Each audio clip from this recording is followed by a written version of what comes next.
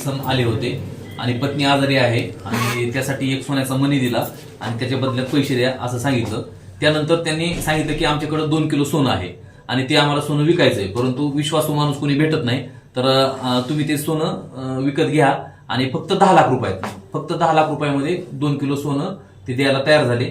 मग ह्यांनी सुद्धा लालचीपोटी किंवा कुणालाही वाटतंच की जास्त कमी पैशात जर जास्त सोनं भेटत असेल तर घ्यावं, तर त्यांनी ते 2 किलो सोनं घेतलं. त्याबद्दल त्यांनी 10 लाख रुपये दिले आणि नंतर सोनं ज्यावेळेस ते चेक केलं त्यांच्या लक्षात आलं की हे सगळं डुप्लिकेट आहे. ते पोलीस स्टेशनला आले. पोलीस स्टेशनला आल्यानंतर बार्शी शहर पोलीस ठाणे इथं फसवणुकीचा गुन्हा दाखल झाला.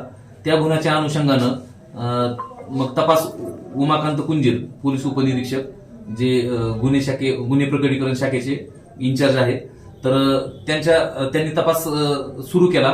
तपासामध्ये गोपनीय बातमीदारामार्फत माहिती मिळाली आणि बारामती येथे सुद्धा अशाच पद्धतीचा गुन्हा करण्याच्या तयारीत असताना अतिशय शिताफीने सापळा रचून वेषांतर करून त्या परराज्यातील आरोपींना ताब्यात घेतलेलं आहे. सध्या आम्ही 3 आरोपी ताब्यात घेतलेले, ते राजस्थान येथील आहेत आणि यांनी अशा पद्धतीचे गुन्हे केले असण्याची शक्यता नाकारता येत नाही.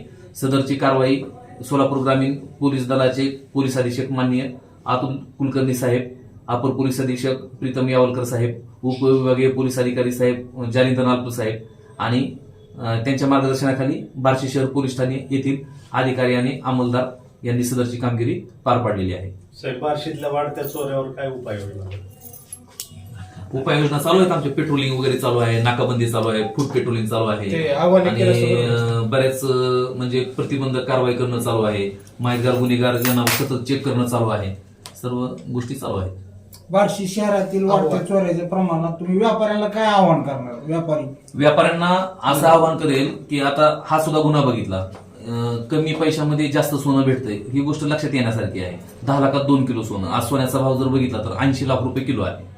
1,60,00,000 रुपयाचं सोनं जर 10 लाखात भेटत असेल, नक्कीच आपली फसवणूक होऊ शकते.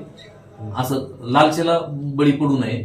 आणि वाढत्या चोऱ्याचा जो विषय आहे, तर सर्व व्यापाऱ्यांनी सीसीटीव्ही कॅमेरे बसवून घ्यावेत. एखाद्या गल्लीमध्ये म्हणजे 50 ते 60 दुकानं आहेत आपल्या बार्शी शहरात जर पाहिलं तर त्या सर्व व्यापाऱ्यांनी मिळून एखादा गुरखा त्या ठिकाणी जर ठेवला आणि सर्वांनी त्याला थोडे बहुत पैसे दिले तर तो सुद्धा व्यवस्थित काम करेल आणि आम्ही सुद्धा आमचे पेट्रोलिंग वगैरे चालू आहेत. ठीक आहे, धन्यवाद.